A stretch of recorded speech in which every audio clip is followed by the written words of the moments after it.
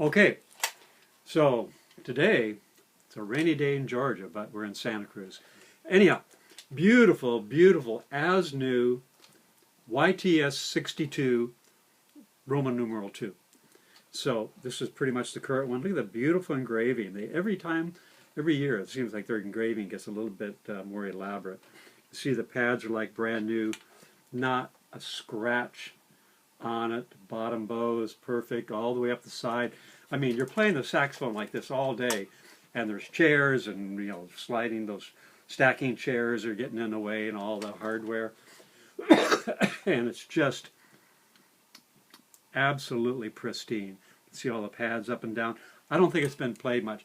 The first thing I noticed when I put the mouthpiece on, when you put your mouthpiece on, after a couple times you get a little bump. And there's not even a little bump. This is the original factory cork on here. I can tell how they cork it. I cork them all the way to the end.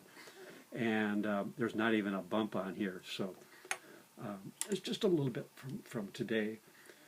So it's a cold morning here, so I'm pushed all the way in. The case looks like brand new. All the original, all what they call a case candy. Got the original swab, never taken out. Original owner's manual. The case carrying strap, still in the package. Yamaha cork grease. Let's see. Yeah, it looks like brand new. And the case itself is a wonderful, wonderful case. What else is in here? Anything else good? The original factory strap, which is pretty nice. And again, the case, I can date them more by the case than I can anything else. The original ones had the old kind of an oxblood red case on the the purple logo series. Then they went to a really dark gray. And then lately they've been using this case here, which is a very nice fabric style case. I mean, hard as a rock, but it looks really nice and rich. Nice big fat latches on it. And I just got one that's in even newer yet. That's in the new, like a backpack style case. That's just crazy. Serial number, C as in Charlie, 70891. So they just recently started putting prefixes before. Because dating Yamahas are really terrible because their serial numbers mean absolutely nothing. But lately they started putting A, B, C, D, E, F on the prefix of the serial number. And I called them up and I said, well, is that anything to do with the dating? They go, no. I go, oh, crap. And they said, if we just change pad manufacturers, if we change the lacquer a little bit, if we change the engraving, we give it another prefix on it. So they started with A, C. The newest one I think I have has got an E on it. So this is fairly new, probably within the last 5-10 years. But again, the age means nothing to me. I've got an Alto from the 80s that looks like brand new. So it's all, to me, it's all condition. But again, I can't see a scratch or a ding on it. Again, the bells always get messed up. The bottom bows get messed up. And I always tell the story. I played alto all through college, went to work in a music store, and they got one of these in. I'd never, ever in my life, even after college, had never played a really good tenor. And I got one of these, took it home, and I said, you know, it's not coming back. I'm going to keep it. And I played that 62 for years. A friend of mine, San Jose State, big state college here, university actually now. He went there as a student playing a 62, and then he started teaching there as a professor. His professor played a 62, he played a 62, and still after retirement, still playing a 62. So I've got the 62 soprano, alto, tenor, and I've got a couple of the Barrys. The Barrys are just marvelous. I'm playing a 62 Barry right now, and it's just absolutely flawless.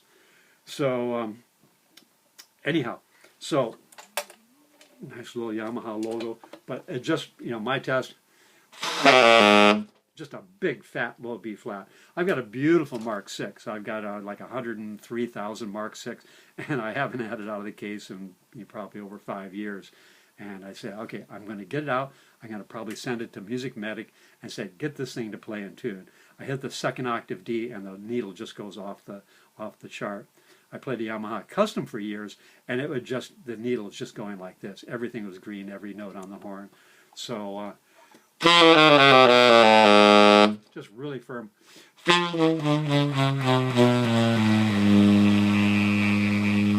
Subtone right down to that low B flat, which is the big test. And of course, keyed up to the high F sharp.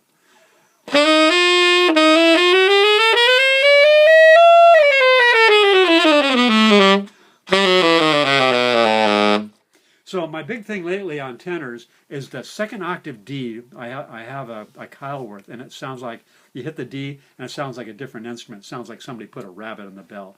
And on this one, when you go from the E to the D, there's a huge timbre change. On this one, it's just a really, really strong D. And what I've been doing to get even stronger, I've been opening up the low C, which is where it vents. And this C is actually fairly closed. So I might even open that up a little bit, but it sounds wonderful. But the palm keys, all the guys are at the Summers are coming in and say put risers on it, put the Oleg ones are like $60 each, or the rubber ones that fall off, or put the cork ones on, which are really ugly. These fit right into your palm. I mean, I can feel the touches on the palm keys without playing them. All I have to do is just basically just wiggle knuckle. On the Mark VI and the older saxophone, there was a button up here, and you had to kind of jump between here and there. On this one, all you do is just roll that.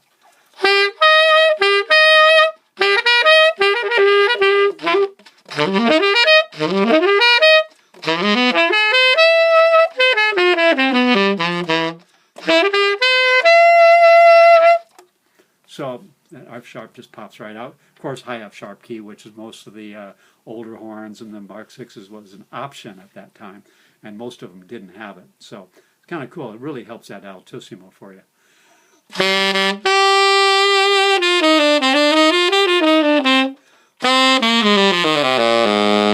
Just really firm all the way down.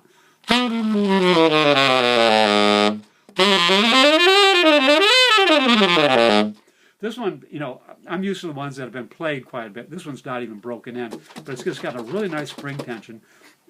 The newest Selmers, which are $9,000 or something like that, are so stiff, it actually hurts my fingers, and I have to think about pushing the keys down. With this one, and then I had like the old balanced action where you couldn't play it like this because the springs are so light they couldn't bring up the keys. So this is right in between. It's not too stiff, not too heavy.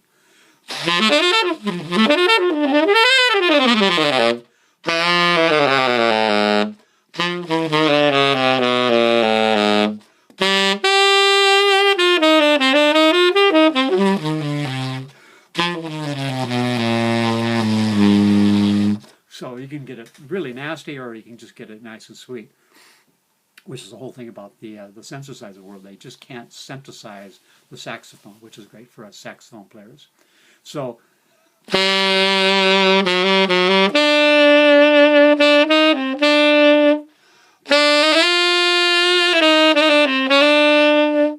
lot of friends of mine have the Selmers, and I've sold like 3 of them, these for backup horns, and they end up playing them more than the Selmer, especially in the studio when they have to really play in tune, or if they're playing with a section that they have to play in tune. So anyhow, I'm going to play a little ditty and then get on with the rest of the work here. So I'm over here.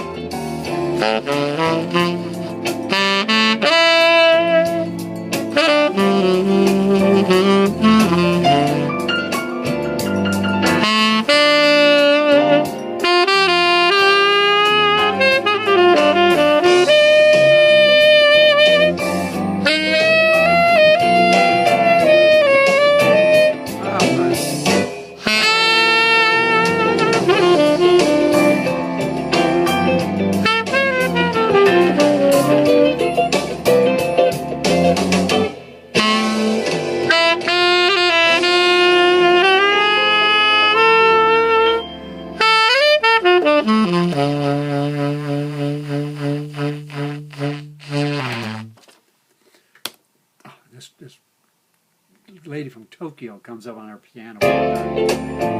So, anyhow, there it is.